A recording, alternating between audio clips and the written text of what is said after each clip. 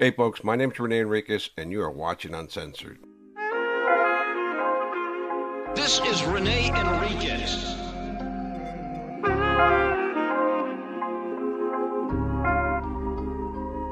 Nickname Berto. Black Hand of the Mexican Mafia. Prison gang politics. Hey folks, my name is Rene Enriquez and you are watching Uncensored. Welcome back to Wiretap Weekends, and we have part 2 of Tonito's wife, Berto, and Wicked on the line doing a conference call, and she is checking him. She actually forgives him in this call, and they go up and make arrangements. It's very extensive. They start dropping names and who did what and how they're going to arrange payments. Listen to the call, folks. Listen to the call. I think you'll like it. This is the conclusion of part 1 yesterday. This is part 2. This will wrap up your Wiretap Weekend. As always, I'm going to bring fire to you. And this is a really good call. This is a really, really good call because it goes in depth. But you got to remember that the woman on the line is working for the ATF. She is consensually allowing her calls to be recorded because she was in a jam. Let's face reality. They hemmed her up behind Tonito because Tonito had diarrhea of the mouth. Remember, our old Tonito from Wilmington, the guy that got eliminated quite a few years back. He didn't care what he said on the phone. And as a result, they wrapped up his wife. And what did she do? She flipped. She flipped. And this is her on the phone, acted in the capacity of an informant for the ATF. In fact, if you look at the logo on the transcripts, you'll see that's the ATF logo right there. These are real ATF transcripts, a real ATF wiretap. All right, folks, let's hear the call, and we'll break it down at the end. I have had no reason to not trust this guy. And 3, out of everybody, he's the only person, him and Trigger are the only people who have come through for T. So I'm kind of like looking at you guys saying, okay, do you guys really have, a lot to talk? As well as the other guy down in the harbor who, I guess came and talked with you guys. I mean, look at him. Look what he did. He came, you guys talked to him, and what did he do? He ran off with everything. He's nowhere to be found. So I'm thinking, okay, I mean, who am I supposed to defend here? The guy who's been, very loyal, or the people who have been giving me headaches? Right. You're making decisions on actions. Correct. And what I see. Yeah, I understand that. Yeah, exactly. Now, just for the record, ma'am, just for the record, when this first started 6 years ago, when this first when the door was open to us 6-7 years ago, we also had a little problem getting together. Eventually, we got together with the program about 6-8 months later, when we knew that it was, to us was like, okay, it's another area. We're with somebody else at one time, but it worked out to be this way. Now, I was one of the main ones from my neighborhood for the first 3 or 4 years. I dedicated a lot of my time and effort and energy to make sure that he got his money. If you do a background check on me, if you ask one of the Villa boys if they heard about me, I was one of the people knocking on doors, making sure everything was taken care of, making sure we were communicating with other neighborhoods. So I put a lot of effort into this. It's just that I kind of had to step back because I got caught up getting money for my homie to contribute. My homie ended up telling on me, and I caught attempted murder. Now, I was in the county for about 2 years, and I beat it. I beat it, you know what I'm saying? Kept my mouth shut. I beat it, and I came back home, and I've been low for a minute, and everything was okay. That our people down there in Taha, they were helping us. They helped us take care of certain situations. It's just that, unfortunately, that when these guys got busted and the torch was passed, out here, I know that he's been good to you, but out here, Trigger is known to be flamboyant and sloppy. That's why he was never given an opportunity earlier to have the ball in his court. Because I'm gonna say one thing about him. He's with the business when it comes to taking care of business. He's a gangster. He's a gangster at heart, and I know his past, and he knows mine too.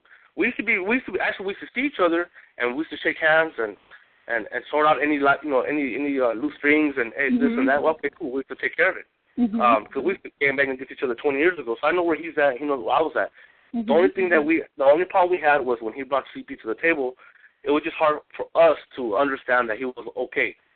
You know, but if he is okay, I understand that, and that's the decision is in stone. That's fine. The only thing I ask, if we can be given a second chance, you know, we want to show that. I know we messed up on our communication on our part. We didn't send the best person to communicate, but we're just being cautious. You know, and if there's something that we can do or we need to do to take care of this, we can take care of it, and we want to keep contributing to the family. Okay, I just have one other question though, because I completely hear you. However, just so that I have a good understanding. So if you guys were butthurt with Sleepy and didn't really want to deal with Trigger because he was, you know, flamboyant or whatever you called him, how come you guys didn't just find another way to get that to us? Because we tried to. I begged Trigger.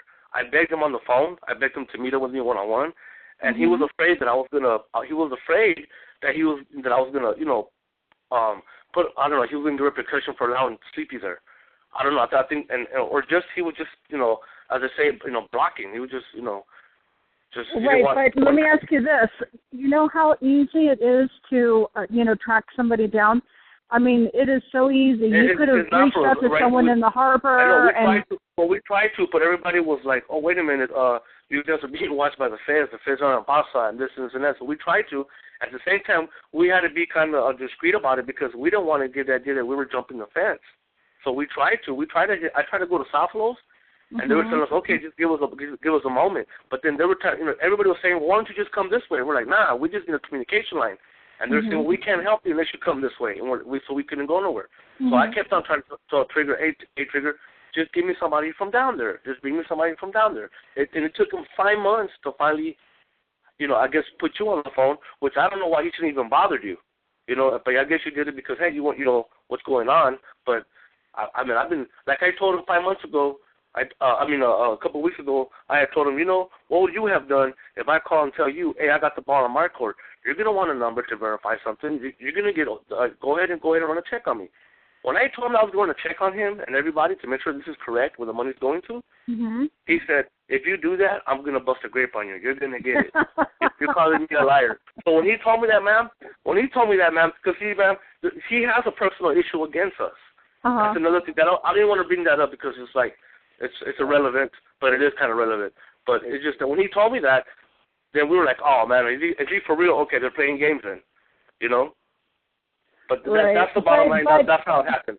But would you agree, though, because I said this a couple times to your friend, maybe even you, do you think anybody would be that stupid to put a girl on the line and say that she's the wife if she really wasn't? I mean, do you think someone would be that dumb? It's because, well, no, actually, but there's been a couple situations here in Pasadena because we're so far, and I'm gonna keep it real, man. It's kind of watered down here in Pasa. It's not how it is in other areas. It's watered down right here. You know, too many people know our business, and it's a little different. So when he did that, we're like, it's another trick out of his hat. You know, that's how we. Yeah, but that would have been a really stupid trick. You know, I mean, I think you guys all know better. So look I don't want to sit here and go back and forth because it's just giving me a headache. So I think what we should just do is let's just figure something out for going forward and call it a day. I mean, I think that would be the best thing to do because well, that's what we want to do. We want to look to the future, you know. I could move on and past what happened, and just all I wanted was an apology. That's all I wanted. One more thing on behalf of my homework who did, I guess, apparently disrespect on the phone. He had no idea who that was, and he was extremely upset already with Trigger the way he has been, you know, dealing with us. So I don't think he believed you. He said he never told him who you were and all that, and he wants to apologize in person, or if he can apologize in any way. If there's anything you need done, I vouch for him. I can tell you, I can put my name on the line that he will do whatever needs to be done for him to clear this up. He's a righteous Sureño. He's one of the last that we have here in Pasa. You know, he's 30-something years old. He's been around the game. He just, you know, we're just like overwhelmed ourselves.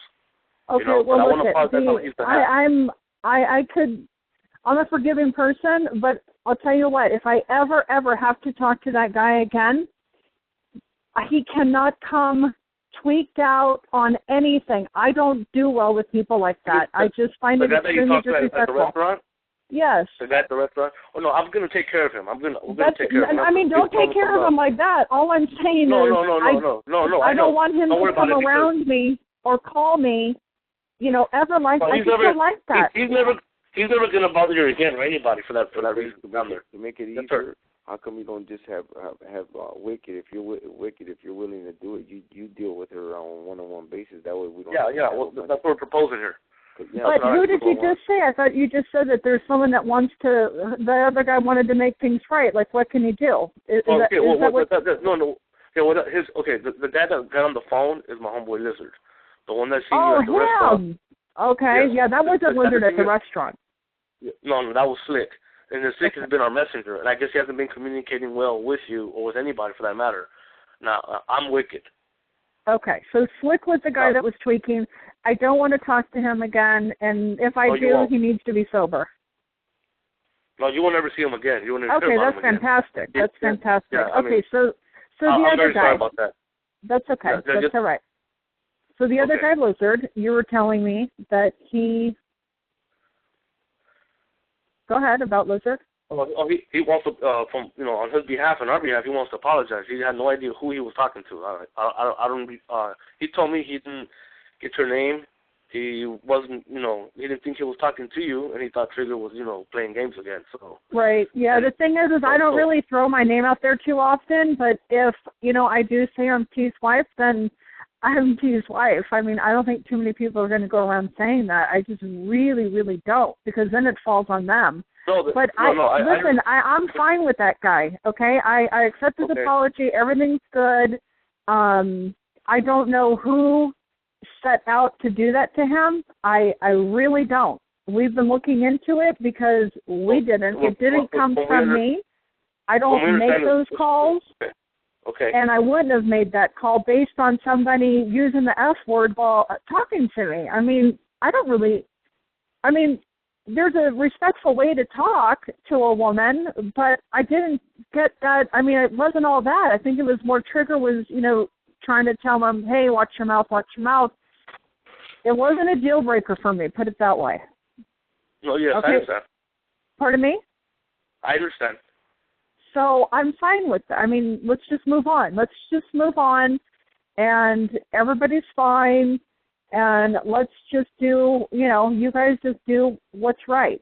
That's all. And if you want to go through me, that's fine. I don't want to be dealing with, 20 different people over there or from anywhere. So if you want to yes. I would like to ask that you no longer go and take anything to Jerry, because that's just another, hand that it's going across, and it's just more time of waiting. Yeah, well, and they're also being I think they're being watched anyways, Well, yeah, there's reasons that dude is, for sure. Yeah. So you're better off not going around him. Yeah, so I can also maybe there's another neighborhood here, VPR. They were also kind of they agreed the whole time with us, except they didn't have the experience that we had. So they always been going with you guys every month, but they also don't mind either coming with us, or I can get their money and take it to you guys, or however you guys want to do it, or you just want one person, however you guys want to do it. Brace them, and maybe you wanna if they're a small neighborhood, maybe you wanna do that, and then that way you can just give it to her too, Yeah. Well, here's the thing. Here's the thing. Here's what I don't want to happen. Because this dude has never fucked up with me. I do not, and I will not step on his toes. And now all of a sudden say, oh, hey, Sleepy, you're out, and I'm going to be dealing with these guys, because that's not cool. No, as far as you guys, because he's been loyal to me. I haven't, what? No, Wicked's is going to deal with his neighborhood and whatever that little neighborhood, if nobody else is doing it. Right, that's fine. But I don't want anyone stepping now on his toes with what he's doing until all of his people know I'm in contact with her. I'm going to be giving it to, because that's not true. I don't want it to be like that. Is that fair? Yeah, okay. So we can just, what I can do is I can meet with his people. We can say this is over. Let's move on. I take care of my side. He takes care of his side, and that's it. I like that. Exactly. Yeah, Yeah. and that should be no problem. Right. But I ran into him one time at the liquor store, and I had a couple of my homies, and they wanted to bark at him and all that, but he had his little girl with him, and I told him, hey, we don't get down like that. That's not right. And but they didn't say nothing. We talked to him, and I told him, you know what, we could talk another time. I give you the respect, and he shook my hand, and I shook his hand, and he took off. Good. I mean, that's the best way to handle it. That's the best way. Yeah. Well, he had a kid with him anyways, but I wanted to talk to him like, what's going on? But I mean, I'm sure we can come to an understanding. We have to, anyways. We have to come halfway, and come to an understanding. And it's probably best anyways. He can just do his own thing. We can do our own thing. And I think everybody should be happy.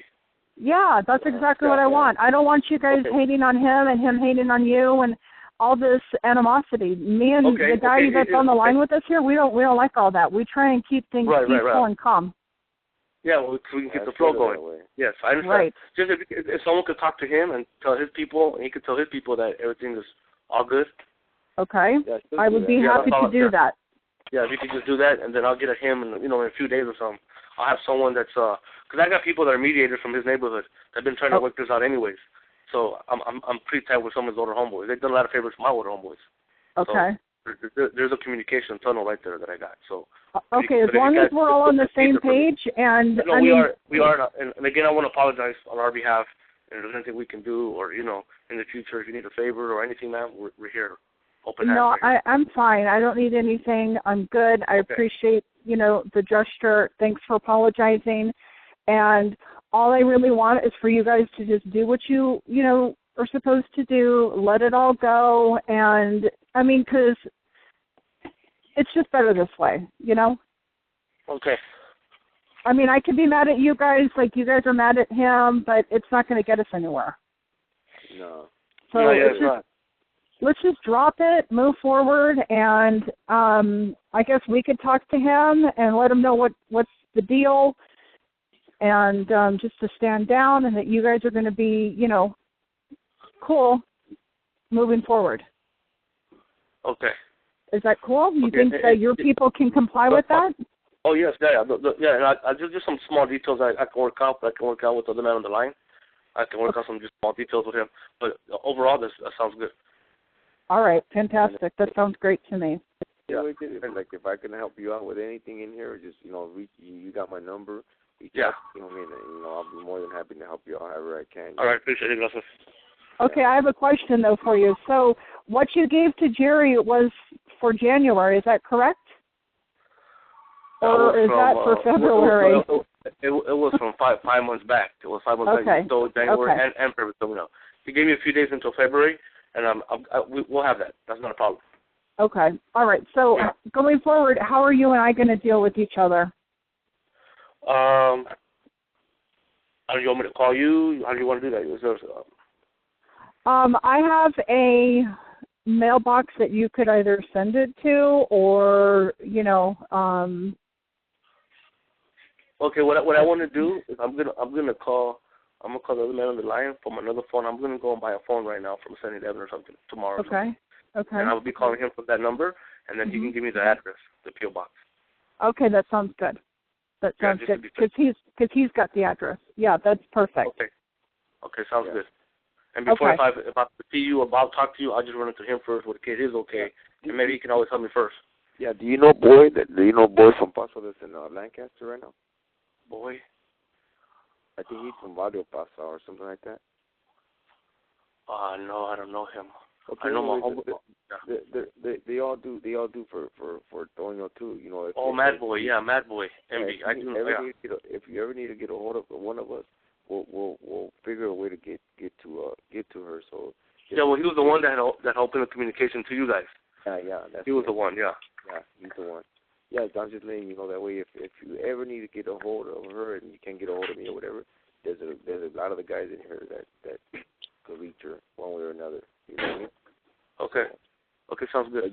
But you got my number, and whenever I guess tomorrow, if you want, just hit me up, and then I'll give you the address and everything. And all right, sounds good. I'll be giving you a call tomorrow in the evening, about 3 or 4 o'clock when I get off work. Okay, yeah, that's fine. All right, well, that sounds good. Right. So just let it be known. Everything's cool, and I'll let it be known as well. Okay, thank you, man. Okay? All right. All right. Yeah, you too. Take care. Berto. Call me right back. There you have it, folks. Another Wiretap weekend wrapped up. Hope you enjoyed it. As always, drop a comment, like, subscribe, hit that hype button. All right, you guys have a great weekend. Stay safe. Peace out. This is Rene Enriquez.